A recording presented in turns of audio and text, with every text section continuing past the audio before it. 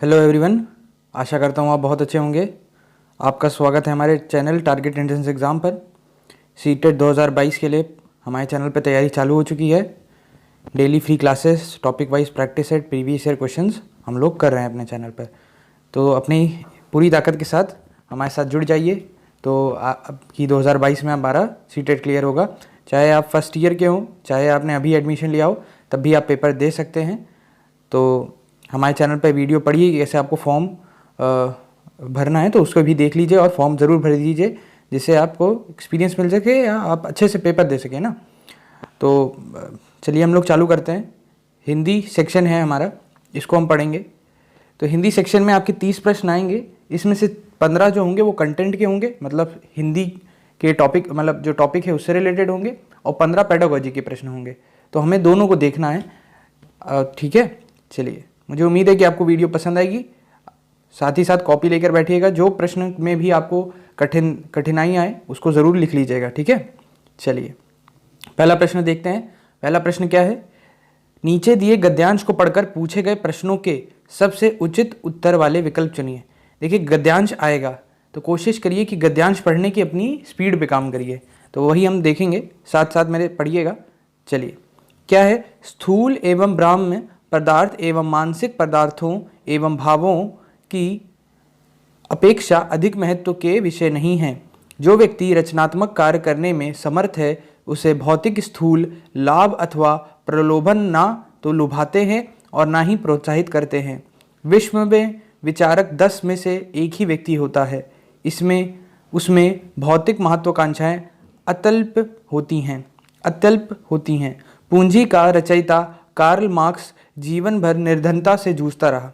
राज्य अधिकारियों ने सुकरात को मरवा डाला, पर वह जीवन के अंतिम क्षणों में भी शांत था, क्योंकि वह अपने जीवन के लक्ष्य का भली भांति निर्वाह कर चुका था।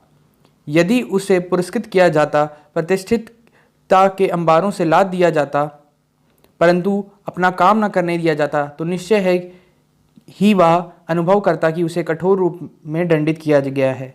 ऐसे में अनेक अवसर आते हैं जब हमें बाहरी सुख सुविधाओं आकर्षित करती हैं, वे अच्छे जीवन के लिए अनिवार्य लगने लगती हैं, किंतु महत्वपूर्ण यह है कि क्या हमने जीवन का उद्देश्य प्राप्त किया।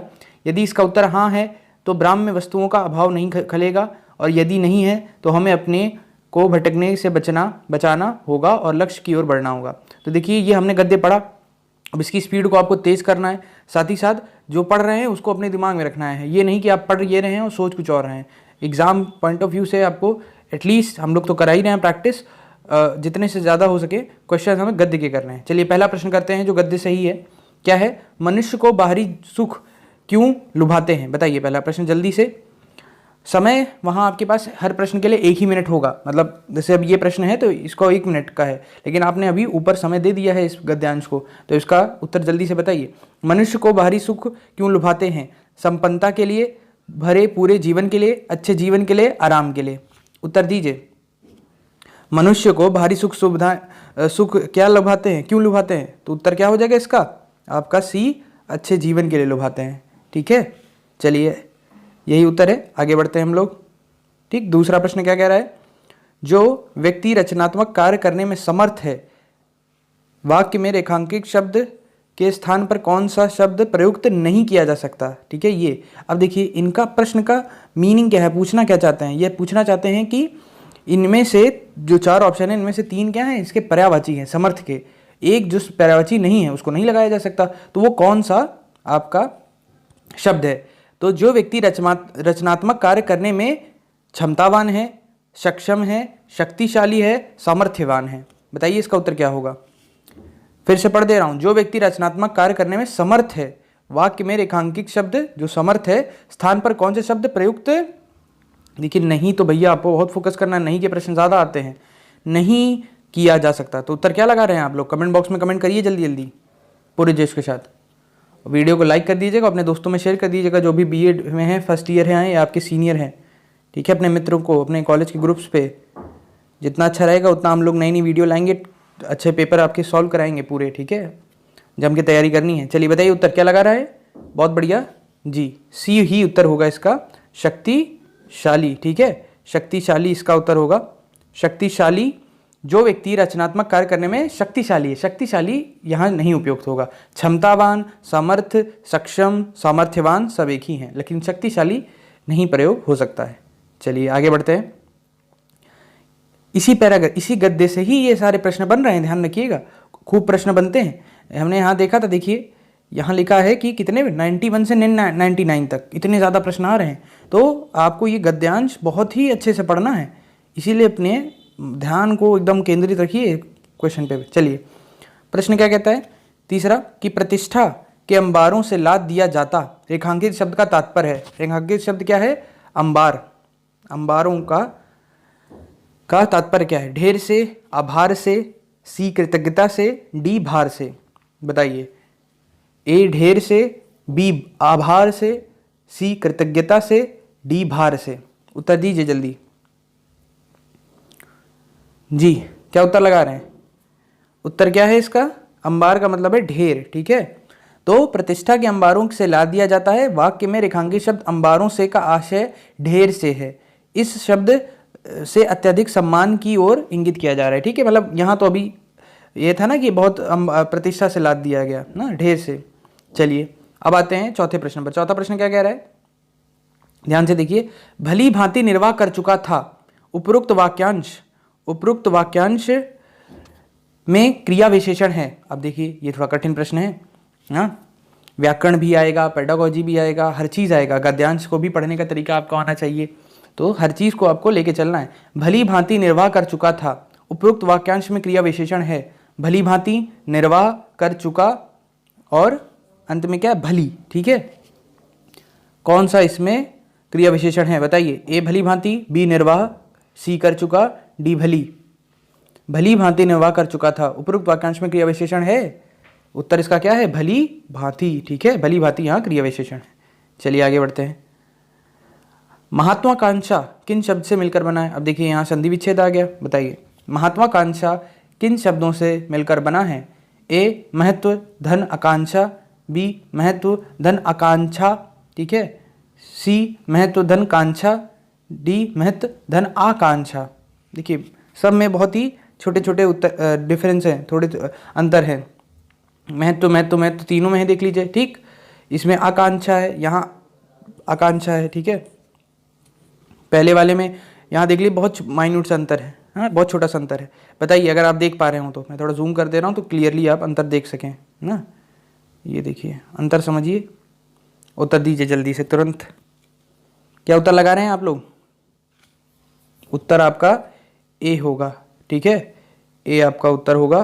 क्यों होगा? देखिए यहाँ महत्व में आधा ता लगा है, यहाँ नहीं लगा है, ठीक है। तो ध्यान रखिएगा, कंप्यूटर पे ही आपका एग्जाम होगा, सीबीटी बोलते हैं इसको, ठीक है, कंप्यूटर बेस्ड टेस्ट। तो कोशिश करिएगा कि आप जितने भी फ्रेंडली हो जाएं स्क्रीन से, उतना अच्छा रहेगा आपके लिए। नहीं, क्योंकि पेपर में रहता था तो आप उसमें गोला लगा सकते थे, अंतर लगा सकते थे, लेकिन यहाँ ऐसे तो कर नहीं पाएंगे। तो बहुत ही आराम से कंप्यूटर की स्क्रीन को समझिए, अगर कंप्यूटर पे देख रहे हैं, मोबाइल पे देख रहे हैं तो, ठीक। चलिए बताइए इस प्रश्न का उत्तर। भौतिक लाभ किन्हें नहीं लुभाते हैं? सामर्थ्यवान लोगों को, ए बी जीवन का लक्ष्य पूरा करने वालों को, सी रचनात्मक कार्य करने वालों को, डी धन संपन्न लोगों को। बताइए भौतिक लाभ किन्हें नहीं लुभाते हैं? सब जो प्रश्न बन रहे हैं, सब जो ऊपर हमने अभी गद्यांश पढ़ा है उस पे है। तो अभी अगर आप हमारे साथ वीडियो में जुड़े हैं तो ध्यान से देखिए, आगे भी अभी जो प्रश्न आएंगे वो गद्यांश के अलावा होंगे, तो उनको देखिएगा। हाँ बताइए भौतिक लाभ किन्हें नहीं लुभाते हैं? तो उत्तर क्या है इसका? सी रचनात्मक कार्य करने वालों को नहीं लुभाते हैं, जैसे सुकरात, ठीक है। चलिए आगे बढ़ते हैं, इसका उत्तर दीजिए। पूंजी का रचयिता कार्ल मार्क्स कथन से संकेत मिलता है कि पूंजी का अर्थ है एक विचार, एक ग्रंथ, विरासत, धन संपत्ति। बताइए क्या उत्तर होगा? पूंजी का रचयिता कार्ल मार्क्स कथन से संकेत मिलता है कि पूंजी का अर्थ है क्या? एक विचार, एक ग्रंथ, विरासत, धन संपत्ति। बताइए उत्तर। इसका उत्तर क्या होगा? पूंजी का रचयिता, पूंजी का अर्थ है बी एक ग्रंथ, यहाँ, ठीक है। पूंजी का रचयिता मतलब पूंजी एक ग्रंथ था जो लिखा था कार्ल मार्क्स ने, ठीक है। चलिए रचयिता ना। चलिए आगे बढ़ते हैं, इस प्रश्न का उत्तर दीजिए। विचारकों की एक विशेषता यह है कि उनमें भौतिक महत्वाकांक्षाएं कम होती हैं, बी पद प्रतिष्ठा प्राप्त करने की इच्छा होती है, सी रचनात्मक कार्य करने की क्षमता होती है। डी, महत्वाकांक्षाएं नहीं होती। तो इसका उत्तर एकदम सरल है। ठीक है, विचारकों की विशेषता यह है कि उनमें भौतिक महत्वाकांक्षाएं कम होती हैं, बहुत कम महत्वाकांक्षाएं होती हैं। ठीक है, उनको अपना जो गोल है वो उनको क्लियर रहता है, इसे कह सकते हैं। ठीक है, चलिए आगे बढ़ते हैं हम लोग। मुझे उम्मीद है कि अभी तक आपने वीडियो को लाइक कर दिया होगा। आगे बढ़ते हैं।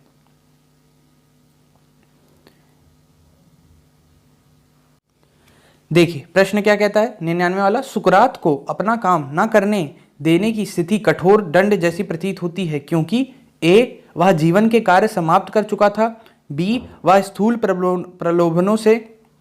प्रलोभनों की अपेक्षा नहीं करता था। सी, उसे जीवन का उद्देश्य प्राप्त करने में रोक दिया गया होता। डी, वह अंतिम क्षणों में भी शांत था। फिर से प्रश्न को पढ़िए। सुकरात को अपना काम ना करने देने की स्थिति कठोर दंड जैसी प्रतीत होती है क्योंकि क्या उत्तर है? अगर आपको मालूम चल जाए कि आपके घर के नीचे क्या है, एक सोने का रखा है घड़ा, और आप खोदने लगे उसको, अपने घर के ही अपने कमरे को खोदने लगे कि भैया वहाँ मिल जाए, लेकिन आपको कोई रोक दे तो आपको अच्छा लगेगा, बुरा लगेगा? क्योंकि आपको अपनी ज़िंदगी का उद्देश्य मिल गया तो आपको वो क्या लगेगा, यार ये तो मुझे दंड दे रहे हैं। उसी तरह सुकरात को भी उसे जीवन का उद्देश्य प्राप्त करने से रोक दिया जाएगा, उनको ऐसा लगेगा, दंड के प्रकार लगेगा, और बहुत कठोर दंड होगा उनके लिए। ठीक, तो गद्यांश पे जो हमारे प्रश्न थे सारे समाप्त हो गए हैं।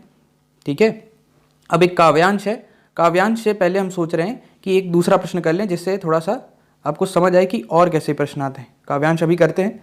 ठीक है, चलिए अब इसी पे आ जाते हैं। थोड़ा ये प्रश्न है, किसी भी भाषा पर अधिकार प्राप्त करने के लिए सबसे महत्वपूर्ण है। अब ये थोड़ा सा पेडागोजी का प्रश्न आ रहा है, ध्यान रखिएगा। चलिए, मैंने बताया 30 प्रश्न आते हैं आपके इस सेक्शन में, हिंदी सेक्शन में। इसमें से 15 मतलब आपके ये 15 मार्क्स का तो जो है आपका गद्यांश और पद्यांश आता है, पोइट्री। दोनों पढ़ने में आप जितने अच्छे हैं, पढ़ना मतलब रीडिंग जितनी आपकी अच्छी है वो आपको नंबर दिलवा देगा। बाकी 15 जो है वो पेडागोजी रिलेटेड है, जो अब हम करने जा रहे हैं। जो हमारा पद्यांश है, जो पोइट्री है, वो अभी हम कुछ देर में करेंगे। ठीक है, चलिए अब ध्यान से पढ़िए। किसी भी भाषा पर अधिकार प्राप्त करने के लिए सबसे महत्वपूर्ण है ए, शब्दों के अर्थ जानना। बी, उसे भाषा की वाक्य संरचना जानना। सी, उस भाषा का अधिक प्रयोग करना। डी, उस भाषा का व्याकरण जानना। तो बताइए, किसी भी भाषा पर अधिकार प्राप्त करने के लिए सबसे महत्वपूर्ण क्या होगा?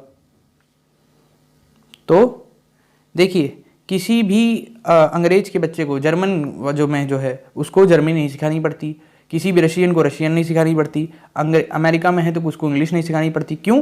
क्योंकि वहाँ माता से लेकर पिता सब क्या प्रयोग कर रहे हैं, उसी भाषा का प्रयोग कर रहे हैं। तो सबसे आसान तरीका यही है कि उस भाषा का अधिक प्रयोग किया जाए। ठीक है, चलिए ये वाला प्रश्न का उत्तर दीजिए। समावेशी कक्षा में बच्चों की आवश्यकताओं को पूरा करने में भाषा शिक्षक के रूप में आपकी मुख्य जिम्मेदारी नहीं है। समावेशी मतलब इंक्लूसिव। तो जो भी बीएड कर रहे हैं, चाहे पहला सेमेस्टर है या तीसरा सेमेस्टर है या सीनियर्स हैं, ध्यान से प्रश्न को पढ़ें। ठीक है, आप अगर सेकंड में हैं तो आपने थोड़ा बहुत आइडिया आपको लगेगा, पहले में है तो क्वेश्चन को समझिए अच्छे से, तभी उत्तर दीजिए। ठीक है, सारे प्रश्न कोई रटने वाले प्रश्न नहीं है। सीटेड जैसा एग्जाम में कोई भी प्रश्न रटने वाला नहीं है, आपको समझना, अपनी अंडरस्टैंडिंग डेवलप करिए। ठीक है, चलिए इसका उत्तर मुझे सोच समझ कर बताइए, क्या उत्तर लग रहा है आपको? फिर से मैं पहले ऑप्शन रिपीट कर दूं, ऑप्शन पहले बता दूं। ए, बच्चों की भाषा संबंधी क्षमताओं की पहचान करना। बी, बच्चों की विभिन्न प्रकार की दृश्य श्रव्य सामग्री उपलब्ध कराना। सी, बच्चों का आकलन करते समय अति उदार बनना। डी, विभिन्न आवश्यकताओं वाले बच्चों के लिए उपलब्ध संसाधनों की खोज करना। बताइए उत्तर सोच समझ के। समावेशी कक्षा में बच्चों की आवश्यकताओं को पूरा करने में भाषा शिक्षक के रूप में आपकी मुख्य जिम्मेदारी, भैया जी क्या एक जो चीज़ यहाँ जुड़ती है हमेशा, नहीं है। इसमें से 3 ऑप्शन सही हैं, एक ऑप्शन सही नहीं है, तो वो नहीं वाला हमें देखना है। तो बच्चों की भाषा संबंधी क्षमताओं की पहचान करना, जी ये तो आप काम करेंगे ही करेंगे। बच्चों की विभिन्न प्रकार की दृश्य श्रव्य सामग्री उपलब्ध कराना, जी हाँ आप ये करेंगे ही करेंगे। डी ऑप्शन में विभिन्न आवश्यकताओं वाले बच्चों के लिए उपलब्ध संसाधनों की खोज करना, जी आप करेंगे ही करेंगे। लेकिन बच्चों का आकलन करते समय अति उदार होना बिल्कुल नहीं करेंगे आप। ठीक है, उदार हमें नहीं होना है, हमें जैसे बच्चे हैं वैसा ही करना है। ठीक है, तो इसका क्या हो जाएगा, समावेशी कक्षा में बच्चों की आवश्यकताओं को पूरा करने में भाषा शिक्षक के रूप में मुख्य जिम्मेदारी होती है कि बच्चों की भाषा संबंधी क्षमताओं की पहचान की जाए, बच्चों की विभिन्न प्रकार की दृश्य श्रव्य सामग्री उपलब्ध कराई जाए। और आपका डी ऑप्शन आपका क्या कि विभिन्न आवश्यकताओं वाले बच्चों के लिए उपलब्ध संसाधन की खोज करना। लेकिन क्या नहीं करना, बच्चों का आकलन करते समय अति उदार भाषा का शिक्षक का उत्तरदायित्व नहीं है। ठीक है, ये समझ जाइए। आप जहाँ भी आकलन करना आ जाए इसको आप अच्छी नज़र से नहीं देखेंगे। ठीक है, चलिए आगे बढ़ते हैं। पढ़ने की संस्कृति के विकास के क्रम में डैश पठन को प्रोत्साहित किए जाने की आवश्यकता है। व्यतिक्त, सस्वर, मौन, सामूहिक। बताइए 108वां प्रश्न क्या कहता है? पढ़ने की संस्कृति के विकास के क्रम में डैश पठन को प्रोत्साहित किए जाने की आवश्यकता है। इनमें से कौन सी चीज़ को प्रोत्साहित करना चाहिए बच्चों के कि वो क्या पढ़ने की संस्कृति डेवलप कर सकें, कि वो विकास कर सकें? तो इसका उत्तर क्या लगा रहे हैं आप लोग? इसका उत्तर होगा ए, व्यतिक्त। क्यों होगा समझिए इसको। पढ़ने की संस्कृति के विकास के क्रम में व्यतिक्त पठन के प्रोत्साहित किए जाने की आवश्यकता है, क्योंकि किसी भी कौशल के विकास के लिए व्यक्तिगत प्रयास का विशेष महत्व होता है। यह कह सकते हैं कि व्यक्तिगत प्रयास के बिना सीखना संभव नहीं है। ये बात को ध्यान रखिएगा। ठीक है, तो सबसे ज़रूरी क्या है? व्यक्तिगत। भाई आप सामूहिक में सबको पढ़ाएंगे, सबको रीड कराएंगे या कुछ भी कराएंगे, लेकिन सीखेगा तो एक बंदा ही ना, एक लड़का ही ना, एक लड़की ही ना। तो उसके लिए व्यक्तिगत पढ़ाई या संस्कृति सबसे ज़्यादा ज़रूरी है। चलिए, अब ये प्रश्न बहुत अच्छा है, ये प्रश्न रिपीटेड है कई साल। ये बताइए इस प्रश्न का उत्तर। भाषा की पाठ्य पुस्तक में सबसे महत्वपूर्ण पक्ष है क्या? आकर्षक चित्र, ठीक, पाठों का उद्देश्यपूर्ण चयन, सी अभ्यासों की बहुलता, डी कागज की गुणवत्ता।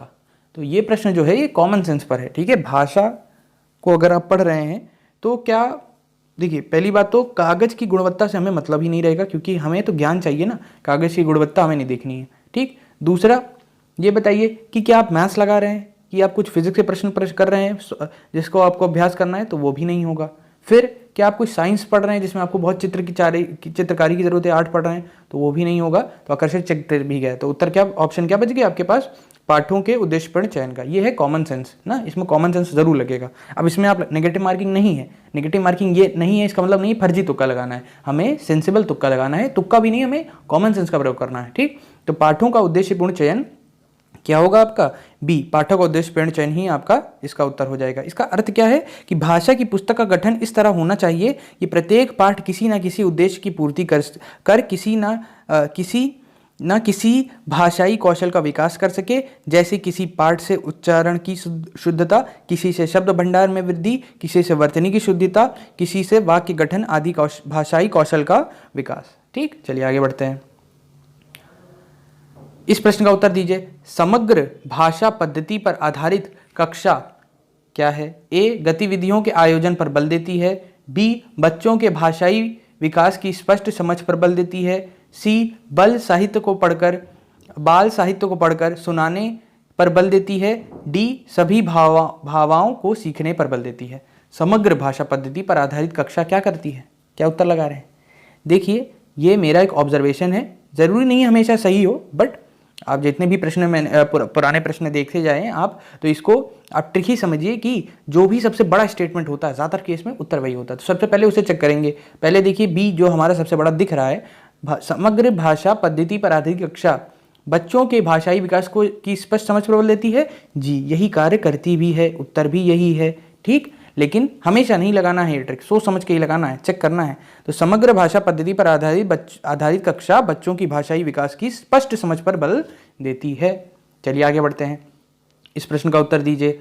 विद्यालय के बाहर का जीवन और वहां प्राप्त ज्ञान एवं अनुभव भाषा सीखने के लिए आवश्यक प्रेरणा देते हैं, क्योंकि, फिर से पढ़ रहा हूं, विद्यालय के बाहर का जीवन जो आपकी आम जिंदगी है, 6 घंटे 8 घंटे के बाद की जो जिंदगी है बच्चों की, वहां प्राप्त ज्ञान एवं अनुभव भाषा सीखने के लिए आवश्यक प्रेरणा देते हैं, क्योंकि, बताइए, ए, मानक वर्तनी का सम्यक ज्ञान मिलता है, बी, लेखन की विभिन्न शैलियों का परिचय मिलता है, सी, समृद्ध भाषिक परिवेश मिलता है, डी, इससे व्याकरणिक नियमों की जानकारी प्राप्त होती है। तो उत्तर क्या लगा रहे हैं आप लोग?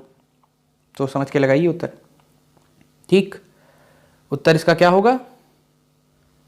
इसका उत्तर होगा आपका, बताइए, इसका उत्तर है आपका सी, समृद्धि भाषिक परिवेश, समृद्ध भाषिक परिवेश मिलता है। जब भी आपके आसपास लोग वही भाषा बोल रहे हैं जो आप सीख रहे हैं तो आप जल्दी सीख लेंगे। तो अनुभव भाषा सीखने की आवश्यक प्रेरणा देते हैं। भाई अब लोग बोल रहे हैं इंग्लिश तो आप भी सीखेंगे, ठीक है। ये कोई लोग बोल रहे हैं आपके जर्मनी भाषा तो आप भी सीख लेंगे। तो समृद्ध भाषिक परिवेश मिलता है आपको, ठीक। आगे बढ़ते हैं।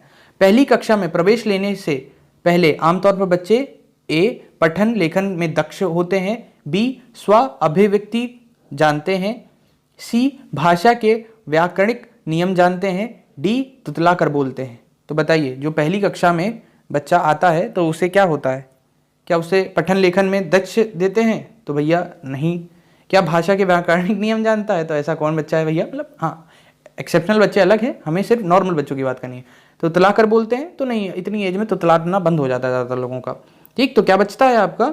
बी ऑप्शन, स्व अभिव्यक्ति जानते हैं, मतलब खुद के बारे में बताना जानते हैं। कि पहली कक्षा में प्रवेश लेने से पहले आमतौर पर बच्चे स्व अभिव्यक्ति जानते हैं। वे जिस आयु वर्ग सामान्यतः जो है 5 से 6 वर्ष कौशल विकास विकसित हो चुका होता है कि वह अपनी ज़रूरतें परेशानियां व्यक्त कर सकें। वे शब्दों के लिंग वचन आदि जानते हैं तथा दैनिक आवश्यकता की वस्तुओं के नाम, उनके कार्य एवं शब्दों के अर्थ के साथ समन्वय स्थापित कर लेते हैं। चलिए आगे बढ़ते हैं। सुरभि अक्सर डा वाले शब्दों को गलत तरीके से उच्चारित करती है। आप क्या करेंगे? ए उसे डा वाले शब्दों की सूची पढ़ने एवं लिखकर अभ्यास करने के लिए देंगे, बी उसे डा वाले शब्दों को अपने पीछे पीछे दोहराने के लिए कहेंगे, सी उसे सहजता के साथ अपनी बात कहने के लिए प्रोत्साहित करेंगे, डी उसे डा वाले शब्दों की सूचना पढ़ने एवं बोलकर अभ्यास करने के लिए लेंगे। बताइए उसका उत्तर। थोड़ा प्रश्न अलग है लेकिन सोच समझ के बताइए। ड़ा बोलने वाले शब्दों, ड़ा वाले शब्दों को गलत तरीके से उच्चारित कर रहे हैं तो उसको सुधारेंगे क्या? आप क्या कर सकते हैं? इसमें सबसे सही उत्तर करना है। देखिए इस तरह के सब्जेक्टिव मतलब ऑब्जेक्टिव एग्जाम है, लेकिन जो प्रश्न है वो थोड़े से क्या है, इनका आंसर बहुत लंबा हो सकता है ना। तो कोशिश करिए कि जो आपको सबसे सही लगता है, अब वो ज़रूरी हो ना हो, इसीलिए बोला जा रहा है कि प्रीवियस पेपर लगाएं। उससे क्या है ना कि आपको समझ आएगा पैटर्न क्या कहता है। अब आपको इसमें से कोई ऑप्शन सही लग रहा है, या आप जानते हैं कि किसी बच्चे को हमने इस तरह पढ़ाया या किसी बच्चे को हमने मार मार के पढ़ाया, वो सीख गया, लेकिन यहाँ आपको ऐसा नहीं करना है। इसमें एक बेसिक बोला जाता है लाइन बार बार कि भगवान को बच्चा समझिए आप, और भगवान को क्या नहीं कर सकते? डांट नहीं सकते, मार नहीं सकते, परेशान नहीं कर सकते, ठीक है, डरा नहीं सकते, ये सब नहीं कर सकते। तो इसी तरह आपको सोचना है, आपको पैटर्न यही देखना है, ठीक है। यही प्रश्न उठ के आएगा नहीं, लेकिन ऐसा ही प्रश्न उठ कर आएगा, ये मैं गारंटी से कह सकता हूँ। तो बताइए इसका उत्तर क्या है जी, कमेंट बॉक्स में उत्तर करिए। तो इसका उत्तर क्या है? डी क्या कहता है कि देखिए डी कह रहा है कि उस ड़ा वाले शब्दों की सूचना पढ़ने एवं बोलकर अभ्यास करने के लिए लेंगे, ठीक है। तो यदि कोई बच्चा किसी विशेष वर्ण वाले शब्दों का उच्चारण गलत तरीके से करता है तो इस समस्या के निराकरण हेतु मुख्यतः 2 चरण होते हैं। पहला, ऐसे शब्दों का शुद्ध उच्चारण बच्चा सुने एवं दूसरा, ज्यों का त्यों उच्चारण का अधिकतम प्रयास करे। इस आशय की अधिकतम पूर्ति विकल्प 4 से ही हो रही है, अतः विकल्प 4 उसे ड़ा वाले शब्दों की सूचना पढ़ने एवं बोलकर अभ्यास करने के लिए देंगे, यही काम होगा, ठीक। चलिए आगे बढ़ते हैं। 114वां प्रश्न क्या कहता है? प्राथमिक स्तर पर पढ़ने की क्षमता का आकलन करने के लिए दृष्टि से सबसे अधिक महत्वपूर्ण है विराम चिन्हों का ज्ञान, पढ़ने में प्रवाह, सी अर्थ का निर्माण, डी वर्णों की पहचान। बताइए उत्तर, बताइए। अब ये कॉमन प्रश्न है, बहुत आसान प्रश्न है, बताइए। तो इसका उत्तर क्या होगा आपका? डी, वर्णों की पहचान करने ना कि आ है, ई है। प्राथमिक स्तर पर पढ़ने की क्षमता का आकलन करने की दृष्टि से सबसे अधिक महत्वपूर्ण वर्णों की पहचान करना है, विराम चिन्हों का ज्ञान एवं पढ़ने में प्रवाह, कौशलों का विकास उच्च प्राथमिक स्तर एवं अर्थ का निर्माण मूलतः माध्यमिक स्तर पर किया विषय होता है, ठीक। चलिए आगे बढ़ते हैं। भाषा की कक्षा में कहानी सुनाने का मूल उद्देश्य है। भाषा की कक्षा में कहानी सुनाने का मूल उद्देश्य है बच्चों की काल्पनिक शक्ति का विकास, बी बच्चों में सुनकर दोहराने की आदत का विकास, सी बच्चों को अनुशासन में रखना, डी बच्चों का मनोरंजन करना। बताइए उत्तर क्या लगा रहे हैं आप लोग? सोच समझ के बताइए। भाषा की कक्षा में कहानी सुनाने का मूल उद्देश्य क्या है? क्या है उद्देश्य? बताइए, क्या सोच समझ के उत्तर बताइए। बच्चों की कल्पना शक्ति का विकास करना, बताइए जी, ठीक है, यही उत्तर होगा।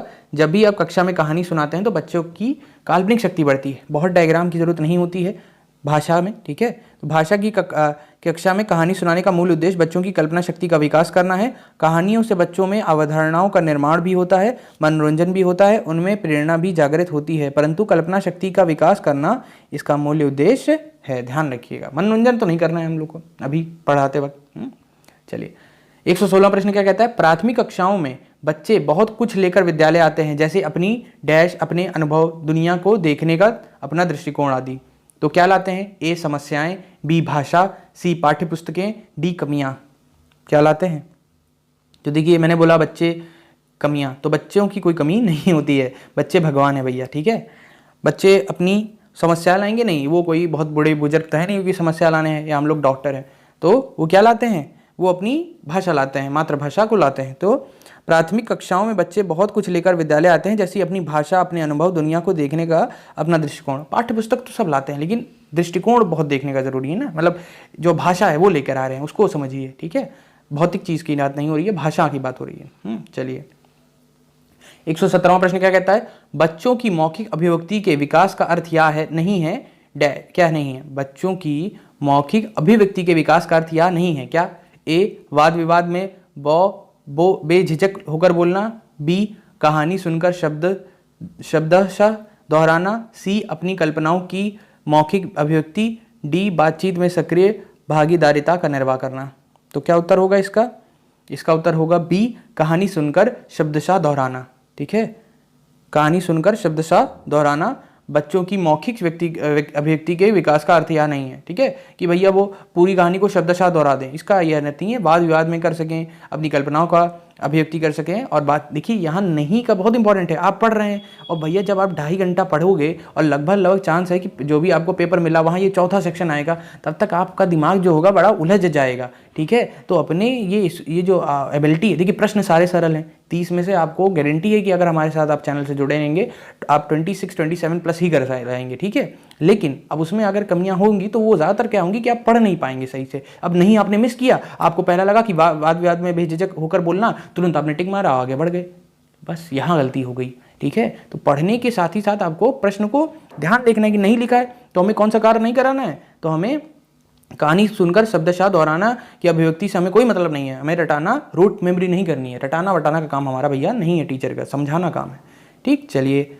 आगे बढ़ते हैं। भाषा की कक्षा में यह जरूरी है कि भाषा शिक्षक भाषा का पूर्ण ज्ञाता हो, बी भाषा शिक्षक बच्चों की उच्चारणगत शुद्धता का विशेष ध्यान दे, सी भाषा शिक्षक बच्चों की वर्तनी को बहुत कठोरता से ले, डी स्वयं भाषा शिक्षक की भाषा प्रभावी हो। तो अगर कोई भाषा का शिक्षक है तो उसमें क्या होना चाहिए, सबसे पहली बात है कि उसकी खुद की स्वयं की भाषा क्या हो, प्रभावी हो, तभी तो वो बच्चों को समझा पाएगा या उससे बच्चे सीख पाएंगे ना, वही तो सीखेंगे जो होगा। अब अगर वो जो आपको पा है या फा है उसको सही से उच्चारण नहीं कर पा रहा, या शा है तो सा बोल रहा है, सा ना, सुशील तो सुशील, तो यही आपका है कि आपका कैसा उच्चारण है, अगर वो सही बोल लेगा तो अपने आप जो है बच्चा भी सीख लेगा, ठीक है। चलिए 119वां प्रश्न क्या कहता है, प्राथमिक स्तर पर बच्चों की भाषाई क्षमताओं का विकास करने का अर्थ है क्या, बताइए इसका उत्तर क्या होगा। प्राथमिक स्तर पर बच्चों की भाषाई क्षमताओं का विकास करने का अर्थ है, ए भाषिक संरचनाओं का अधिकार, बी भाषा प्रयोग की कुशलता पर अधिकार, सी भाषा अनुकरण की कुशलता पर अधिकार, डी भाषिक नियमों का अधिकार। तो उत्तर इसका क्या है, इसका उत्तर है आपका सी, ठीक है। इसका उत्तर क्या है आपका सी भाषा अनुकरण की कुशलता पर अधिकार, ओके। चलिए आगे बढ़ते हैं। अब आपने 120वें प्रश्न पर आते हैं। व्याकरण शिक्षण की आगमन विधि की विशेषता है, पहले नियम बताना, बी पहले नियम का विश्लेषण करना, सी पहले मनोरंजक गतिविधियां कराना, डी पहले उदाहरण प्रस्तुत करना। बताइए, व्याकरण शिक्षण की आगमन विधि की विशेषता है पहले क्या बताना, पहले उदाहरण प्रस्तुत करना, ठीक है। पहले उदाहरण प्रस्तुत करिए, हाँ, सबसे पहले उदाहरण दिया जाता है फिर आप जाते हैं। तो व्याकरण शिक्षण की आगमन विधि की विशेषता है कि पहले उदाहरण प्रस्तुत करना। आगमन विधि में पहले कई उदाहरण प्रस्तुत किए जाते हैं, बाद में उन्हीं का सामान्यीकरण करके नियम बताए जाते हैं। आगमन विधि व्याकरण शिक्षण की सर्वोत्तम विधि मानी जाती है। निगमन विधि में पहले नियम बताते हैं। इसके देखिए आगमन एक विधि होती है, या भी हम प्रश्न करते रहेंगे तो धीरे धीरे हम सीखते रहेंगे। एक आगमन विधि है और उसके बाद एक दूसरी निगमन विधि है। निगमन विधि में पहले नियम बताए जाते हैं, बाद में उदाहरणों द्वारा उन्हें प्रमाणित किया जाता है। यह गणित विक्षण के लिए उत्तम है और भाषा के लिए आपका आगमन विधि सबसे ज़्यादा सही है। चलिए, मुझे उम्मीद है कि आपको क्लास पसंद आई होगी। हमारे चैनल टारगेट एंट्रेंस एग्जाम को सब्सक्राइब कर लीजिए ज़रूर, अगर आप हमारे साथ नए जुड़े हैं। साथ ही साथ अपने दोस्तों और मित्रों को भी शेयर कर लीजिए, ठीक है। बहुत अच्छा लगेगा अगर आप हमारे साथ जुड़ेंगे। ठीक, चलिए, बाय बाय।